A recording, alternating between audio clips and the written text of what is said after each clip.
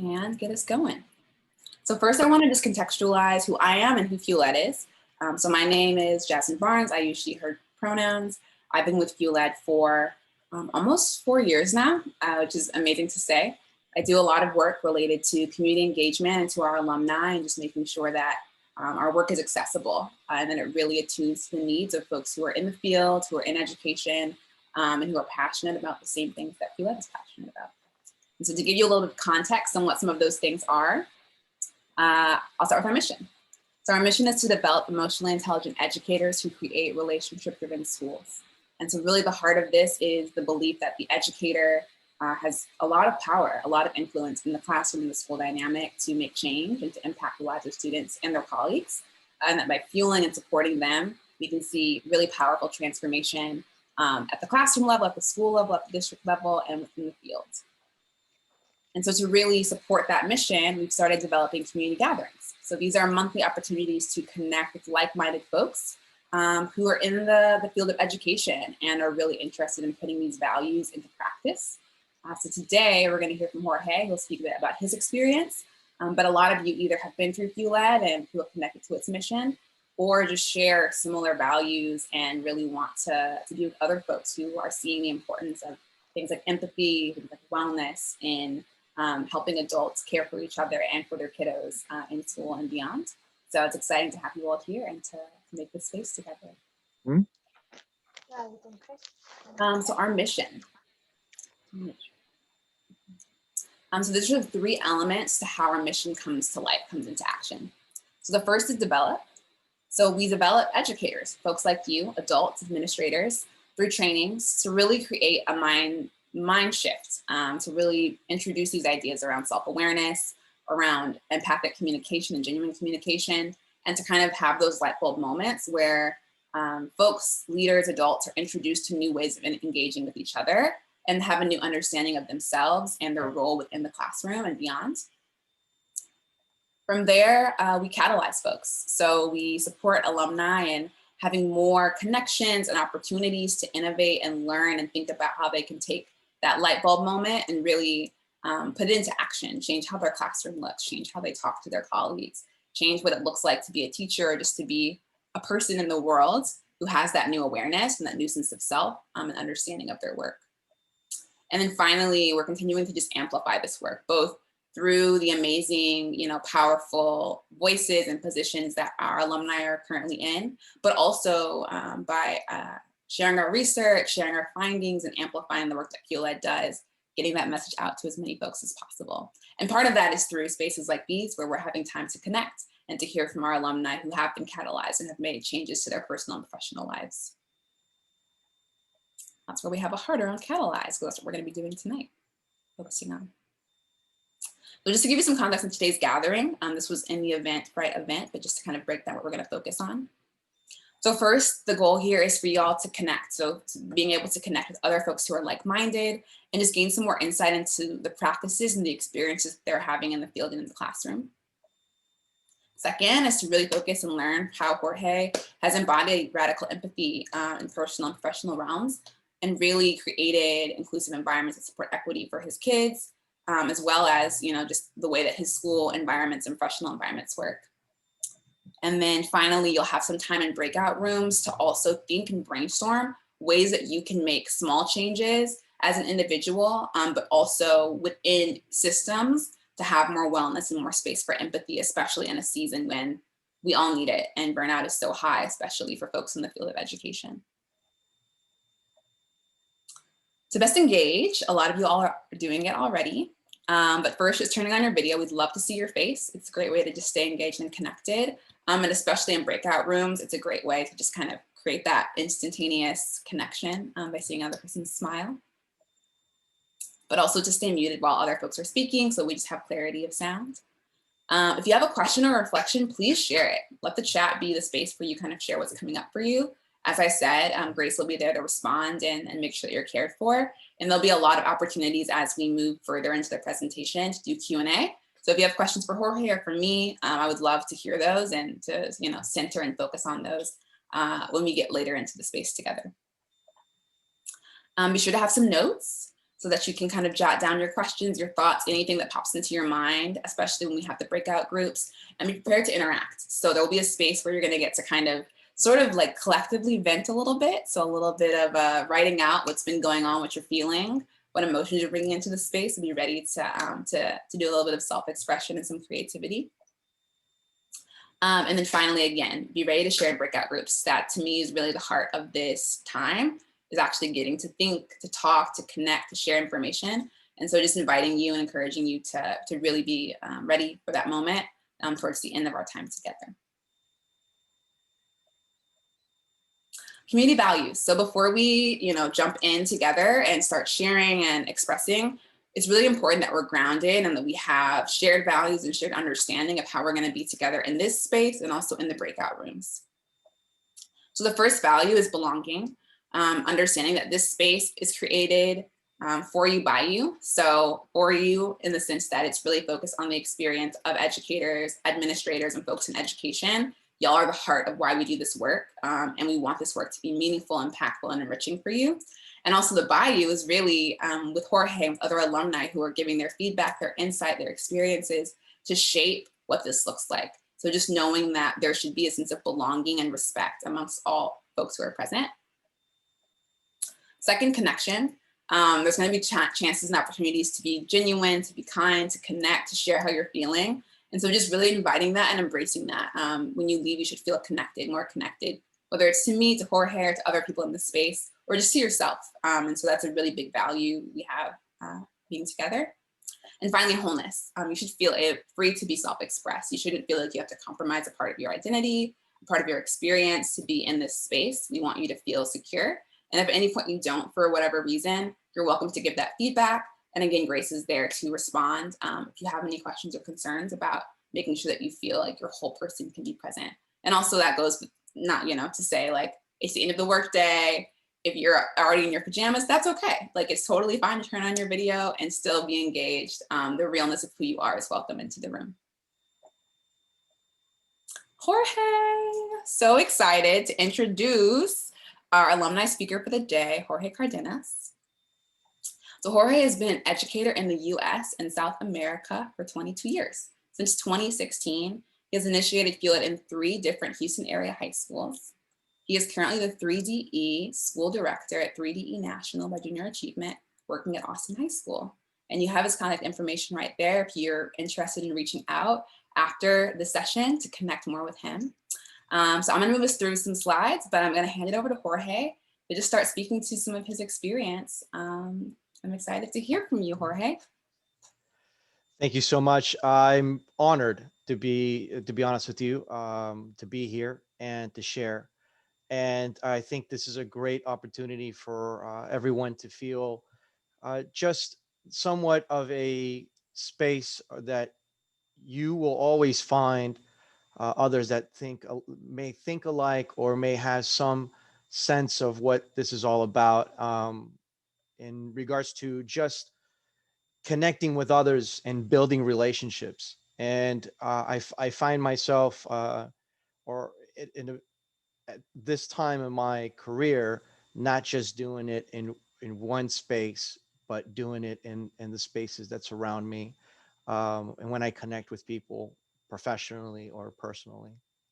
I've attended Leadership Institute twice. I'm up for another round. I enjoy it. I love hearing others' perspective. Learning from others is so important, and in doing that, I feel so passionate about bringing it to any campus that I work with or work at. And I'm currently trying to initiate an opportunity for FUEL Ed to connect with 3DE by Junior Achievement, and I'll speak to you a little bit about that, what that's about. But I am passionate about what FUEL Ed has done for me, as well as the campuses that I've worked at in the past and where I'm at currently. So the next slide, I want you to think of this at first, and then I'm going to tell you what are ways that you can participate. Obviously, if you don't feel that you're willing to or not ready to share, don't do it. That's fine. But if you are willing, there's a whiteboard feature on or in this. And so if you look up at the top of your screen or at the bottom, you should see where it says view options.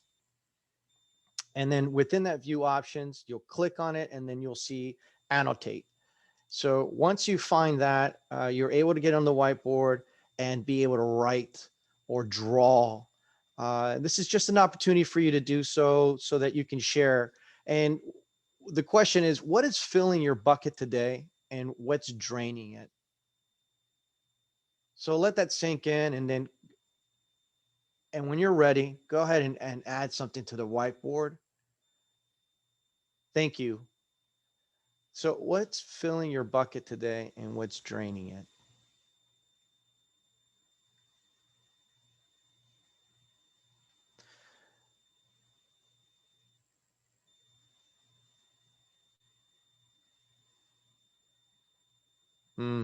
Awesome.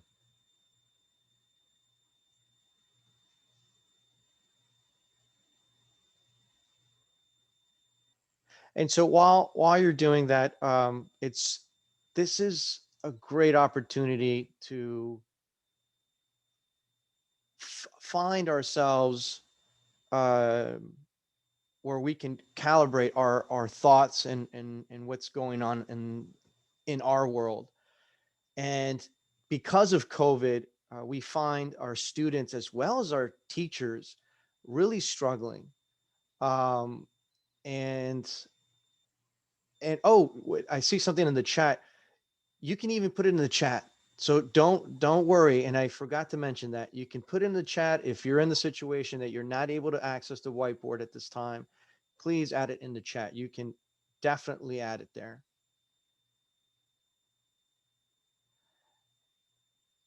And so we know that the stressors of COVID and the virtual environment as well, we're seeing it more often than not. It's been reported, the mental health of our students as well as our teachers. It's been very taxing, and what we do.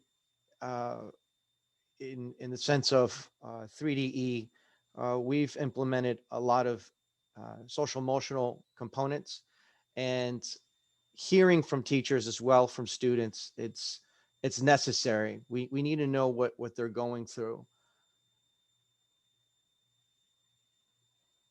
I love what I'm reading. It's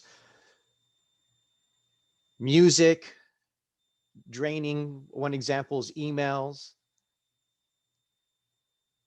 Thank you for sharing. This is wonderful. I'm so grateful for your participation.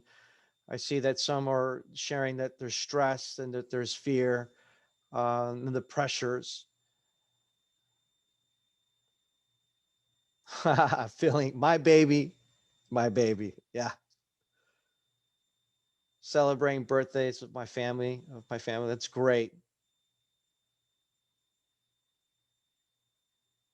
And then there's not connecting with students as I'm used to. Yep. Yep. That's a definite.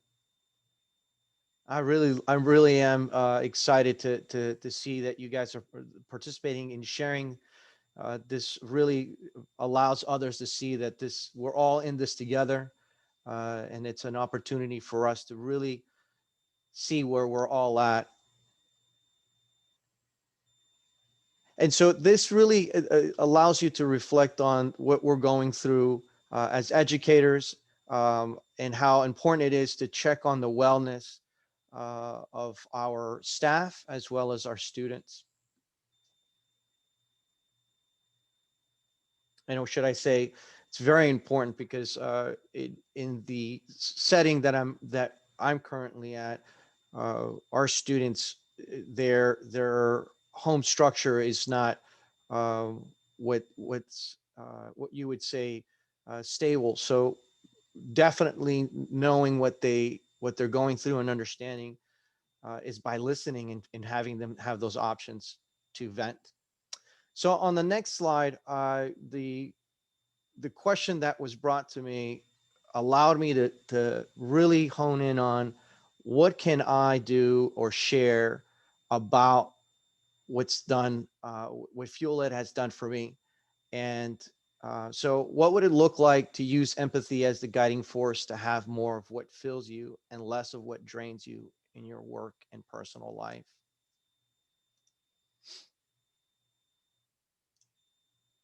If you don't mind moving to the next slide, please. So with that being said, having those thoughts and that question, and having these thoughts and processing um, some things that connected with me, even not realizing it at the moment. And those things happen, right? You make a decision, you just like, why did they make that decision? So currently, I am working with 3DE by Junior Achievement as the 3DE school director at Austin High School in Houston ISD. And the one major reason is because it makes sense. I jumped from being part of the district directly to being a contractor, but still working within the same school. And I felt that it was necessary because of what 3DE by Junior Achievement provides our students. And our goal is to re-engineer high school education so that we can expand on the economic opportunities for all students. Again, for all students. And the new role brings in national business partners who have a need to solve a problem, or what we call a case challenge. And so students are set up in to compete in groups of 4 to 5 that present a solution to that company. And we are the first high school in Texas to launch a 3D model, which is phenomenal, and which creates a relevance of the high school experience and exposes students to the workforce and what that looks like in the future so that they're prepared. Some of our business partners are companies like Delta, Chick-fil-A, Arby's, and so on. And the model develops collaboration as well as communication within each student group. And what I do is I coach teachers in how to make this connect with their lessons and with the case methodology. And this is one way to address equity for students who normally would not have this access uh, to these work environments, and give students a head start. So I'll give you an example. Arby's had a challenge, and they said we need to create more uh, patrons or fans or clientele in the age group from 13 to 17-year-olds. And how does Arby go about doing so? And so we have 130 students, and they're all put into groups. And the top 3 or 4 groups, we do an internal judging within the time or the time frame. And then within those 3 or 4 groups, they present in front of CEOs, the leaders of that company, and then they're judged by these CEOs, and and at the end, the winner is announced. This is for me the right way to do it. It brings relevance to what they learn in their math, science, English, social studies classes with their CTE class. And all 5 teachers collaborate in developing their lesson plans. So they're not in a silo. They don't work with just their content. They work on developing how to support the students and their groups before they actually present within the internal judging, and then obviously at the finals.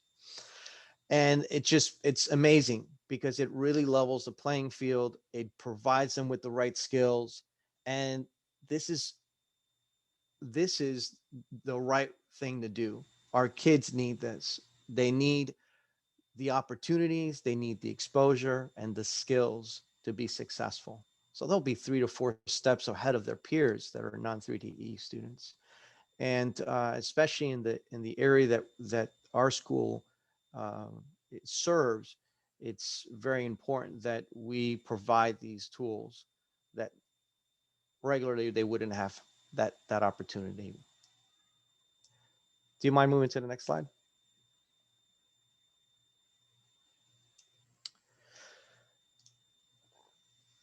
So this year, it's shown us that our personal and professional lives are deeply connected, and it's up to us to practice radical empathy in both areas of our lives. And so I truly feel that if you take on the opportunity, those of you that have not, to go through the different uh, types of what Fuel Ed provides in the workshops and the trainings, I highly recommend the Institute Leadership.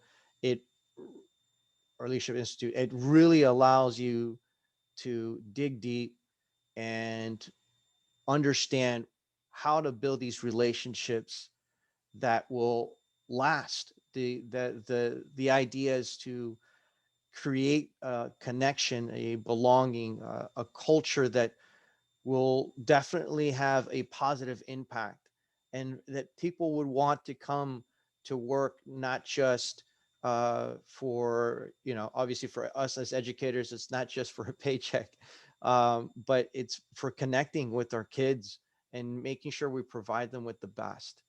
And so I'm going to talk to you a little bit about that and how I've seen examples and how that rolls out, and what are the best scenarios in my experience. So with that, active listening is it's something that I truly believe brings a lot to the table when it comes to connecting. So at home, I do it all the time. I've got little ones, and I also have an adult. He's he's going to be 26 this year. I adopted him when he was 2, so connecting with him sometimes it was rough. It was tough, and going through his teens, and then as he was becoming an adult, there are some times where we actually had good conversations, and during that time, I actually used a lot of what I learned through Fuel Ed, and it changed the way that I approached our conversations, the way I approach conversations at home and with my small ones, and with my oldest son, as well as with my wife. And it's great to feel that what I've learned is not just for the professional setting, but as well as my personal life. And so, one of the things that I truly understood was that your verbal and nonverbal cues are very important, and that active listening part is key. And there are strategies that you can develop those through Fuel Ed. And I'll give you an example: mirroring. So I use this at home with my kids, and I'll say, I'll see them if either they're upset or they're upset with each other, or something of the fact that we need to really find what's troubling them. And so I'll have conversations, and I've done this in multiple ways. So I will ask them, or repeat, what you are saying is, let me see if I get this right. So what I heard so far, and I see that you're upset. I mean, just having those statements and truly connecting with what they have said to you, or what they've said to me, uh, is of a lot of value for them, because they feel like, wait, they're actually listening to me. And I didn't see this just with my kids, but I also was a director of a preschool, and I would do it all the time. Kids would just, they'd have their moments, their tantrums. I let them go through their tantrum and whatnot. And once they've calmed down, then I would ask these questions, and it's wonderful. Um, the way of the response, even at that age. And then I would do the same, and I'll talk about this shortly. And I did the same at the high school level. So active listening, I just mentioned, it was in a personal level. Now I'm going to talk to you about the professional, at the professional level. Communicating with students and colleagues in distress. This is so true at this time where virtual learning is happening, and trying to connect with students. And the minute that you can get a student online to connect, or over the phone, and they're at home virtually, it's crucial to have the right tools, so that you're able to connect with them immediately, and be genuine about it.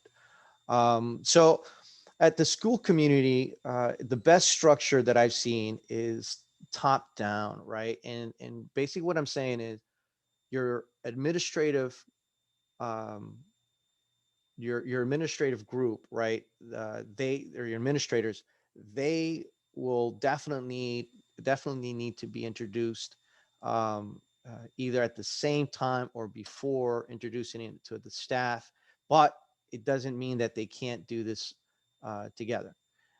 What I've just seen is that if you do just the staff, and the administration does not go through the same training or workshops, it's not the same. I say that with all sincerity. When I say administrators, I'm not just talking about APs or dean of students or dean of instruction, or the principal. I'm talking about your instructional leadership team, those that are in a daily, working with the admin, your administrative assistant, etc. And that's what we did. We did that at Austin High School. And the training would take place early August, which is a really smart thing to do. The earlier the better in the year. And then there's certain trainings that you can continue throughout the year. And but the idea is not to forget the practice, and to have those opportunities within the workday, and or during meetings, to continue that. So consistency is key. And so, working on genuine statements during admin meetings and throughout the school year, building on those skills, and being an active listener gains trust, so that you're able to produce relationships that are grounded, right? And so again, I'll just mention to you, um, whenever students were really upset and whatnot, there were ways that we were able to work this out by de-escalating the situation, and allowing the student to share what they feel, but in a safe place. And then, and asking them, hey, would you like to share with me, or do you mind if I hear what you have to say? And if they say no, then you find, hey, the next best thing, right? Who do you trust on campus? Who is it that you would like to talk to about this? And they would say that, and they would share that with us. And I don't think I only think I've had one that said that no one on campus, but I think that was very rare out of all the conversations that I've had. So again, with the what you're saying is, and let me see if I get this right, and what I heard you say is this: a lot of those key terms and phrases really work well, and those are some of the things that you'll learn through the trainings and through Field Ed. So, the practice is not just, the what's I've done in the past, and just leave it at that, but also what's happened to me, in the sense of how I address things when things aren't going well, or things aren't the way we want, and there's challenges that have come our way. So my my wife and her parents, or my in-laws, they live in South America. And yesterday, around 10:30 in the morning, my wife gets a call, and her parents and my brother-in-law and her brother, have tested positive for COVID. And the scenario in South America is that it's overwhelming right now, especially in the city that they live in. things aren't readily available. The hospitals are not taking in patients because they're just over. They just don't have enough staff and enough rooms and beds. And my mother-in-law does suffer from a particular disease, and so she's more susceptible to the virus. And knowing what was going on, I could hear it in my the voice in my wife's voice, and I said to myself that there's really nothing I can do that would make this better. And pretending that I could just say something and it magically goes away is not just not the way to go about it. And realizing that she was stressed out and she was at work and she could not do it, can't do anything because she's here and not in South America with her family is very stressful. And so I just decided the best next thing is to get her favorite guilty pleasure, which is a chocolate croissant with a mocha. And I left work early, talked to my boss, and I left my work early, and I went to get her her treats, and I brought it to work without her knowing, uh, and she was so grateful. You can see that she had a big smile on her face, and just knowing that that moment was able to get her mind off of what was happening just for the moment was all I wanted to do. And just to let her know that I was there, knowing that what she's going through is as important for me as it's for her. And I don't know, I can't tell her anything that would make it better. I just can't. I just have to be there. Um, so that's just one of the ways that I know that caring for others in an empathetic way is just showing up and or just being there and listening. So and it took a lot. It's taken a lot out of her. So as of yesterday, and she's been very worried. And so it's something that I have to be there. So as soon as I'm done here, I'm going straight to where she's at, and I'm going to take care of her and make sure that she's focusing on what she needs. And then with the professional aspect of this in creating the practice, genuine statements are just amazing. We would do this throughout the year. The principal would constantly get us to come back and say, let's practice and etc. And then we've had moments where some of our admin team would say, I need to share my genuine statement right now at this very moment. And that put a pause on everything. It allow us to just take a deep breath and listen intently to one another. And that really allowed or created the space that what you have to share at that moment is going to be heard, and we're all going to respect that time and space.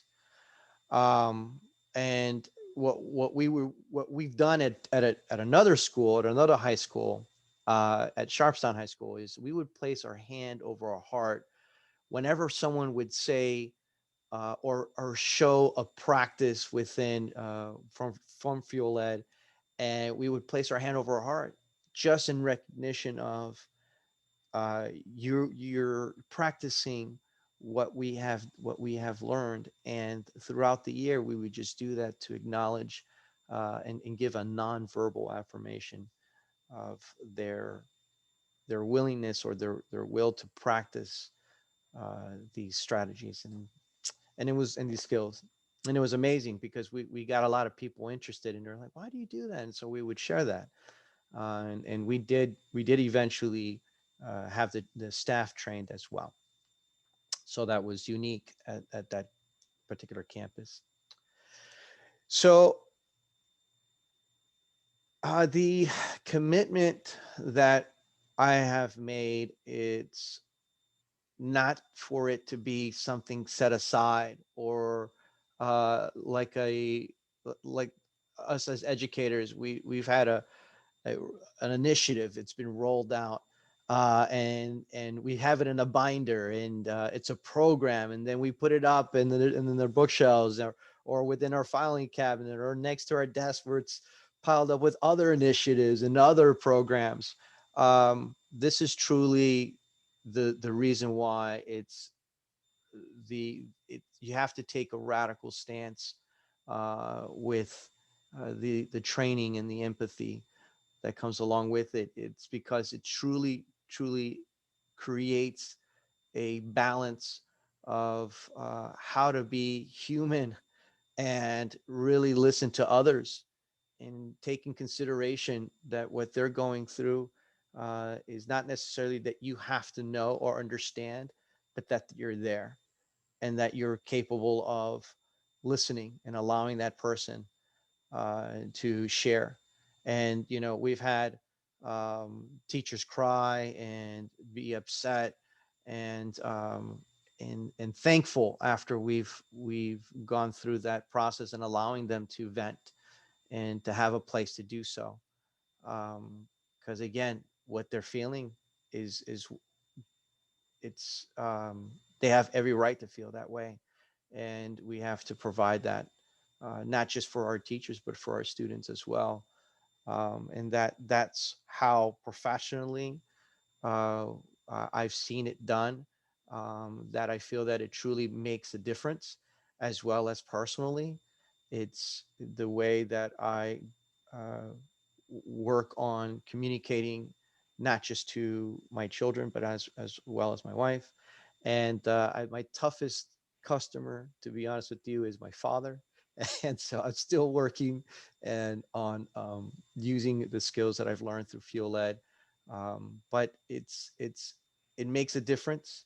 And I hope what I've shared with you today, this evening, that you do take a really good look at what this can look at your campus, as well as an organization that you may be a part of. And I thank you to all of you at Fuel Ed for allowing me to participate. I really feel truly honored to have been asked, and it means a lot to me that wherever I go, I speak highly of what Fuel Ed does. And if I could bring it to every organization and campus that I work at, you can count on me. I will bring it up. I love it. Well, thank you so much, Jorge. We're going to move into a question and answer space because I just have so many questions, thoughts, reflections from what you just shared. Let me see, I'm going to pin the two of us, and we'll have a little chat. Wonderful. I'll stop sharing so it can just be our faces for this space. And definitely will elevate any questions that I see in the chat that have popped up. But amazing. I think the first thing, as I was listening to you, I was thinking, wow, there's so many people that you're caring for right now, both personally and professionally. And I'm curious, I was thinking about that image of the bucket, the what's filling you, what's draining you.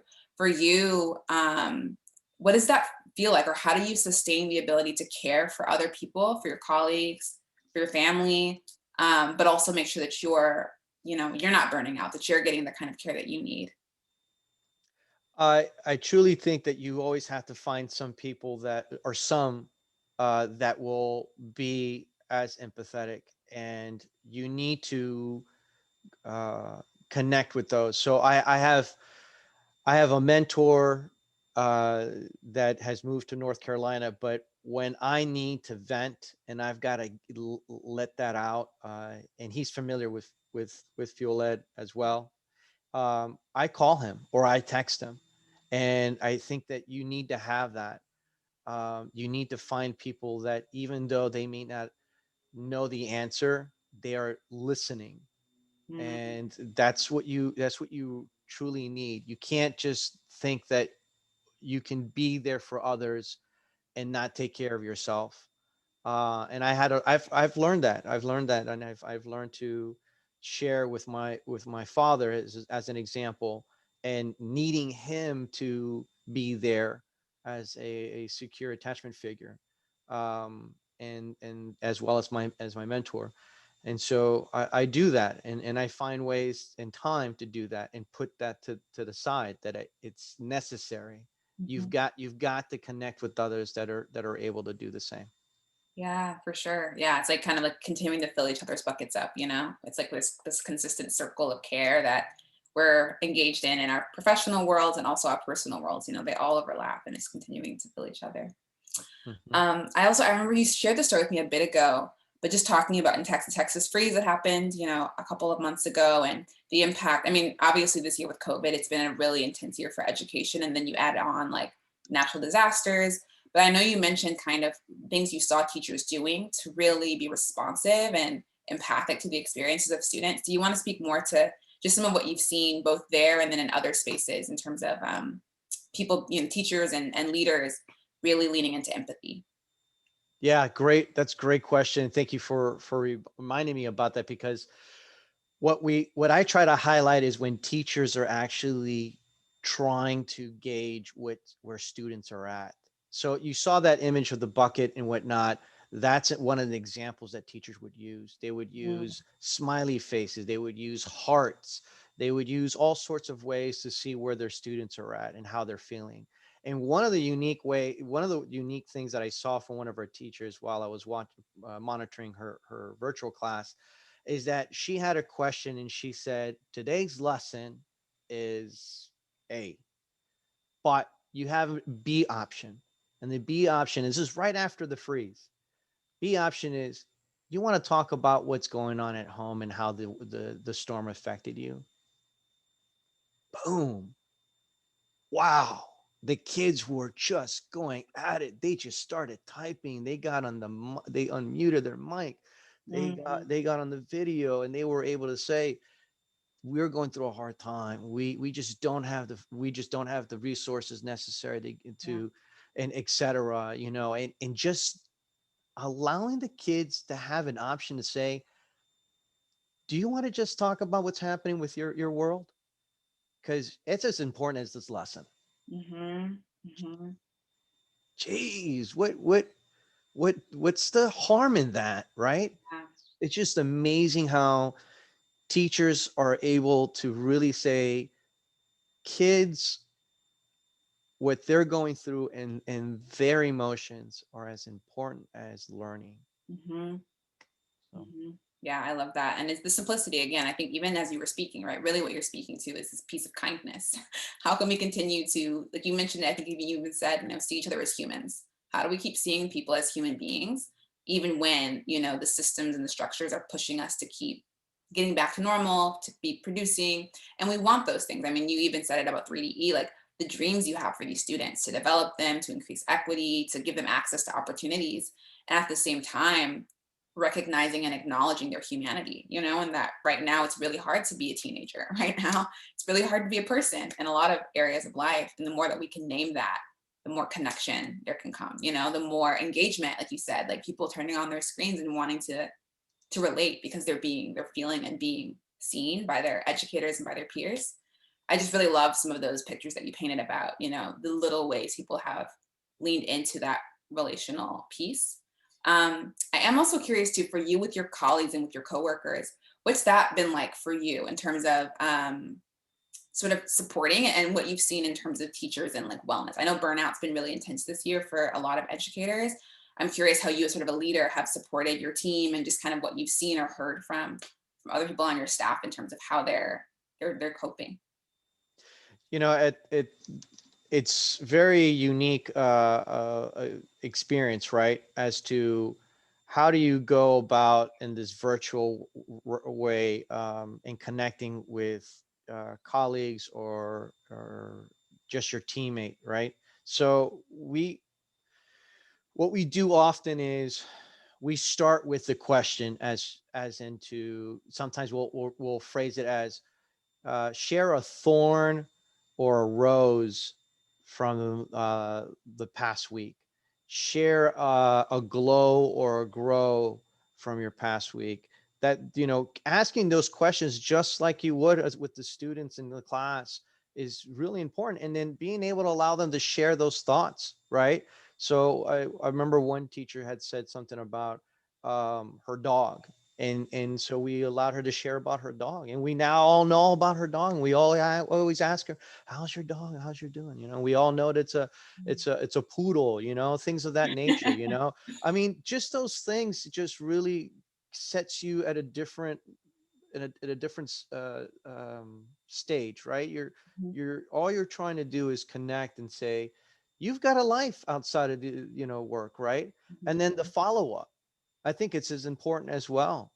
You Mhm. know, going by the classrooms, I would provide, all sorts of goodies and coffee or water, and I would go by and I'd say, hey, what would you like from our our storage? Well, I don't call it storage, but from our goodies, right? That's what we usually say, and they would say, oh, I want this, or I need a chocolate or whatnot, and go by there and do that. And every so often, use the funds that we had, and I would provide them with Starbucks gift cards, or DoorDash gift cards or whatnot, and even though it's nothing, there's not an important day, or it's not a Yeah. holiday, except type of deal, or is not a national whatever day. So just doing that, just because they need that break, they need something not to think about, what am I going to have for lunch, and so you would say, you know what, lunch is on me, Mhm. Yeah. and it feels good to give like that,